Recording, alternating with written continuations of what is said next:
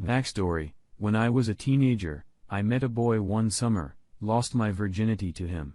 And we had the whole puppy love thing going on. When school started, my mom was transferred, and he was sent to live in another state with his mother, so the relationship was never able to run its course naturally. To make matters worse, I was pregnant according to then BF's mom. When he moved in with her, he became really depressed.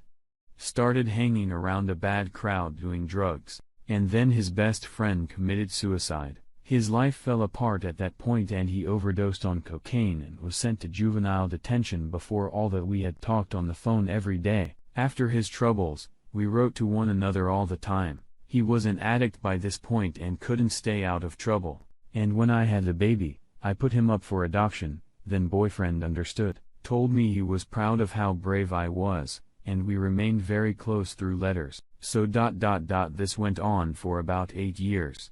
I dated, had a life, but also continued to write this person, and all the letters were very loving and romantic and completely unrealistic. We really didn't know each other well at all, had never spent a significant amount of time together on a day-to-day basis, but we did escape from the world together in our letters because it fulfilled some weird need in our lives. We always claimed to be the only ones who understood each other. Eventually, I joined the army, grew up, and met my now husband. Soon after meeting new husband, I spoke to my old friend over the phone. He told me in that conversation that he was gay and that he was back in jail. I had already begun to outgrow him, and Thai's information made me sure of that, not necessarily the fact that he was gay, but just all of it, and that any pretend future I had idealized in my mind wasn't reality. I stopped speaking to him, not to intentionally cut him out, but as a natural result of being so invested and interested in now husband and in building a life with him,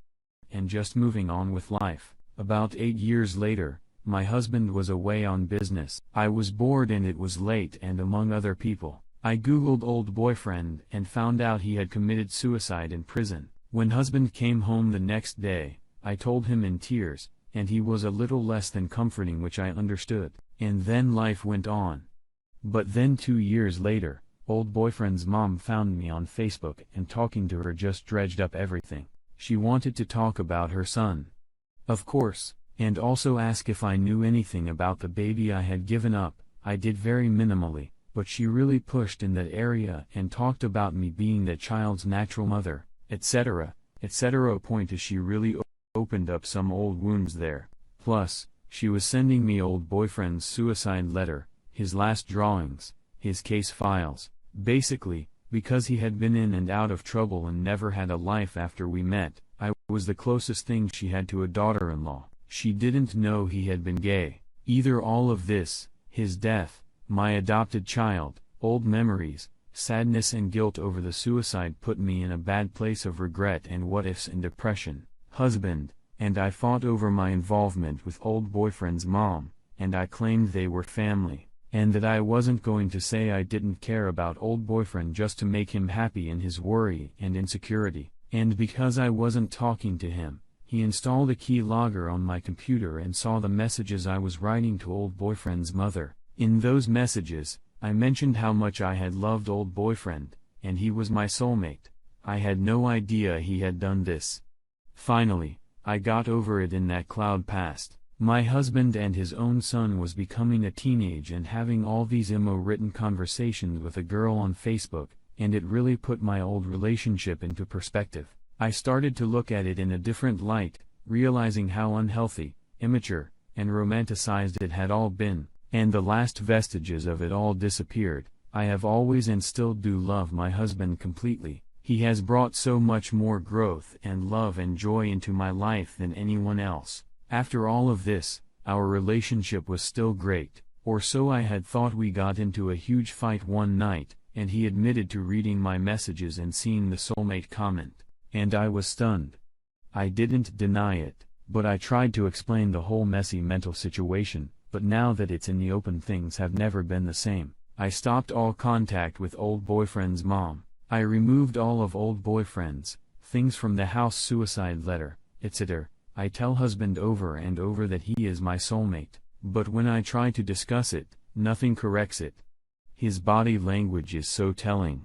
He will literally put a wall between us and turn his back to me. I can tell that he doesn't treat me with as much love and care as he too. Even though I know he loves me still, I want to fix this. I want my husband to realize I love him more than I've ever loved anyone, that I don't have another soulmate, and that he is my world.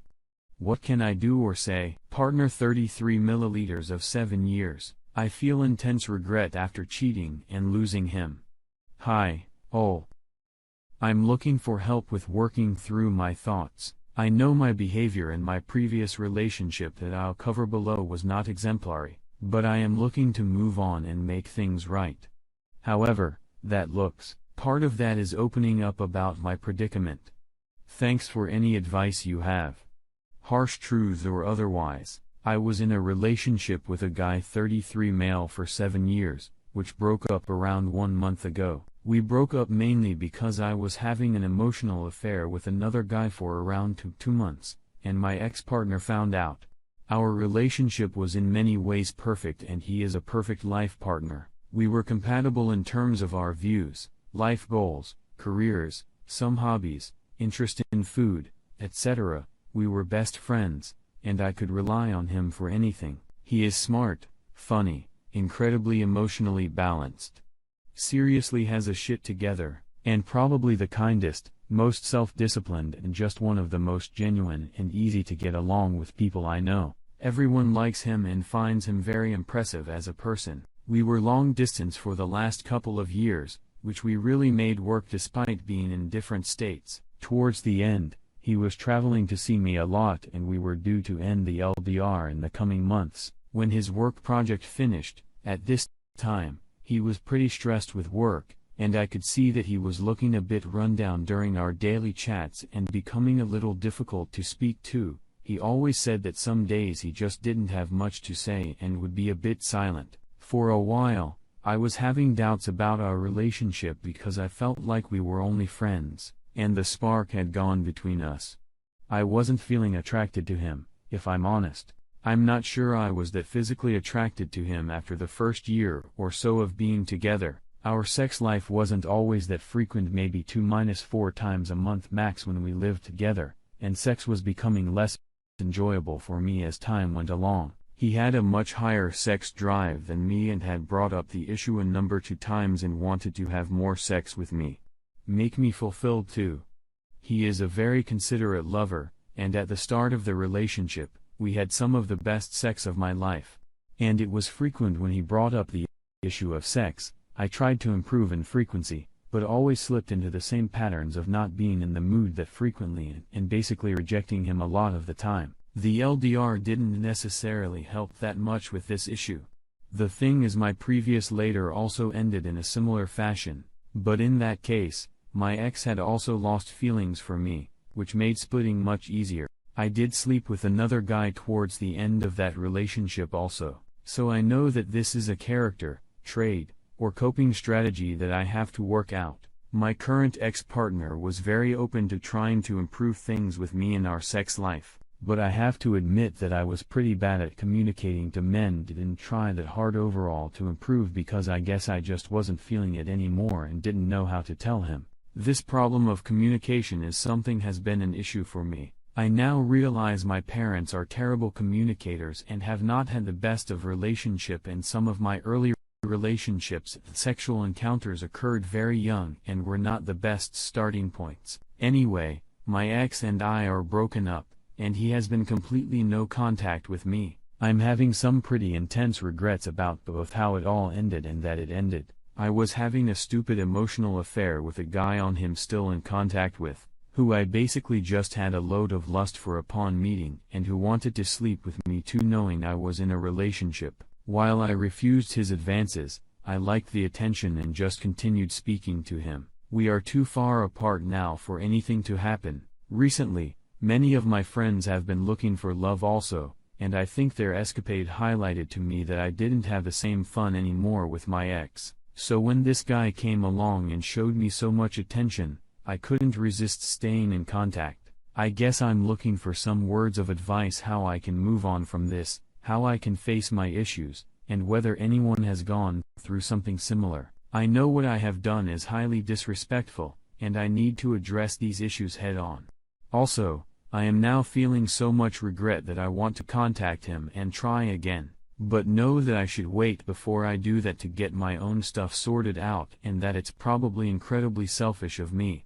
I can't help but think that while I could find someone I am more attracted to in the long term, they probably won't have the same qualities as my ex overall, and I now realize what I messed up. In some ways, I don't feel like I deserve to find someone like him again. Before breaking up, he still wanted to work on our relationship, but I was just so confused with myself and act that I couldn't commit to making the necessary changes. Thanks for any advice you have.